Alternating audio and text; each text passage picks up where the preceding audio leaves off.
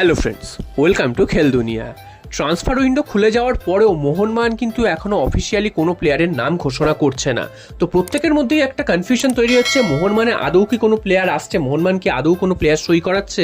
কারণ এতদিন হয়ে যাচ্ছে কোনো অফিসিয়াল আপডেট আসছে না, সমস্ত দল কিন্তু তাদের দল গুছিয়ে নিচ্ছে। তো সে কারণেই মোহনবাগান সমর্থকদের মধ্যে একটা চিন্তার ভাঁজ পড়েছে, তাহলে মোহনবাগান কি করতে চাইছে, কেন তারা এত দেরি করছে। তো তোমাদের জানিয়ে রাখি, মোহনবাগান কিন্তু বেশ কিছু প্লেয়ারের সাথে চুক্তিবদ্ধ হয়ে গেছে, সেগুলো হয়তো এখন আপডেট দিচ্ছে না, এরপর যখন আপডেট দেবে তখন কিন্তু পরপর এই আপডেটগুলো আসতে থাকবে। তো তোমাদের অনেকের মনেই প্রশ্ন, আপুইয়া এবং ছাংতে এই দুজন কি মোহনবাগানে আসছেন? তো এই আপুইয়া এবং ছাংতে এই নাম দুটো কিন্তু শুধু এবছর নয়, লাস্ট 2-3 বছর ধরে এই নামগুলো মোহনবাগানের সাথে উঠে আসছে। যখনই ট্রান্সফার উইন্ডো খোলে সেই সময় কিন্তু এই নামগুলো মোহনবাগানের সাথে ভেসে ওঠে। তারপর তারা আসবেন কি আসবেন না সেটা নিয়েও একটা প্রশ্ন চলে, এবং শেষ অবধি কিন্তু তারা আসেন না প্রত্যেকবারই। তো এবারও কিন্তু সেই রকমই সম্ভাবনা তৈরি হয়েছে, মোহনবাগানের সাথে লিঙ্ক আপ তাদের তৈরি হয়েছে। এবং আপুইয়াকে তো যেটা শোনা যাচ্ছিল, মোহনবাগান এক সময় প্রায় কনফার্ম করেই নিয়েছিল, তারপর যেহেতু জিকসন সিংয়ের প্রতি ছুট ছিল মোহনবাগান, সে কারণে কিন্তু আপুইয়াকে এবং নিতে চায়নি। আর আপুইয়ার ট্রান্সফার ফিটাও অনেকটা, সেই কারণে কিন্তু পিছিয়ে এসছে মোহনবাগান। এছাড়াও ইস্ট বেঙ্গলেরও কিন্তু অফার রয়েছে আপুইয়ার কাছে। অন্যদিকে ছাংতেকে নিয়েও কিন্তু মোহনবাগান খুব সিরিয়াস ছিল, যেটা শোনা যাচ্ছিল নাকি 5 বছরে 21 কোটি টাকা অফার করা হয়েছে। যদিও সেটা কতটা সত্যি সেটা কিন্তু সন্দেহ রয়েছে। এবং আপুইয়া এবং ছাংতে দুজনকেই মোহনবাগান চেয়েছে, তবে শেষ পর্যন্ত যে খবর পাওয়া যাচ্ছে তাতে এইটুকুই জানা যাচ্ছে যে আপুইয়া এবং ছাংতে কেউই কিন্তু মোহনবাগানে আসছেন না। সেটা কিন্তু মোহনবাগানেরই একটা ফ্যান্স ক্লাব, সেখান থেকে প্রায় কনফার্ম করা হয়েছে কারুর সাথেই হয়তো চুক্তি করা হবে না। তো এবং আপুইয়া হয়তো ইস্ট বেঙ্গলে যেতে পারেন, সেটাও এখনও কনফার্ম নয়, তারাও কিন্তু জোর কদমে চেষ্টা চালাচ্ছে আপুইয়াকে তুলে নেওয়ার জন্য।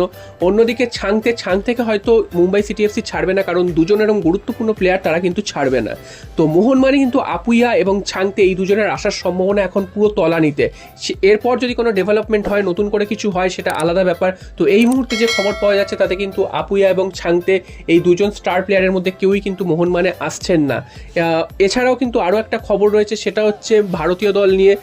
তোমরা জানো যে ভারতীয় দল লাস্ট সপ্তাহে কিন্তু বিশ্রীভাবে আউট হয়ে গেছে ওয়ার্ল্ড কাপ কোয়ালিফিকেশান থেকে, এবং তারপরেই কিন্তু ইগর স্টিমাচ থাকবেন কি থাকবেন না এটা নিয়ে একটা প্রশ্ন উঠছিল, কারণ কোনো সমর্থকই কিন্তু চাইছিল না ইগর স্টিমাচকে আর ভারতীয় দলে দেখতে। কারণ 5 বছর তিনি দায়িত্ব সামলেছেন, কোনো কিন্তু সাকসেস নেই।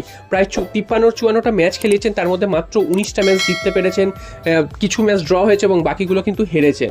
তো এইরকম একটা রেকর্ড একদমই মানা যায় না। এবং তার জয়গুলো যেগুলো যদি দেখো, সেগুলো কিন্তু প্রায় বাংলাদেশ, নেপাল, ভুটান এদের বিরুদ্ধেই। কোনো বড় দেশের বিরুদ্ধে কিন্তু সে অর্থে জয় নেই, বা কোনো এমন খেলা খেলেনি যেটা মনে রাখতে পারে মানুষ।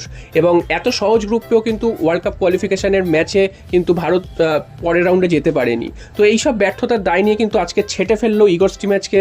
এবং ইগর স্টিমাচকে সময় দেওয়া হয়েছিল, তিনি নিজে থেকে পদত্যাগ করেনি, ভারতীয় বোর্ডই কিন্তু তাকে ছাঁটাই করে দিল এআইএফএফ এর পক্ষ থেকে, সেই নোটিশই কিন্তু আজকে এসছে।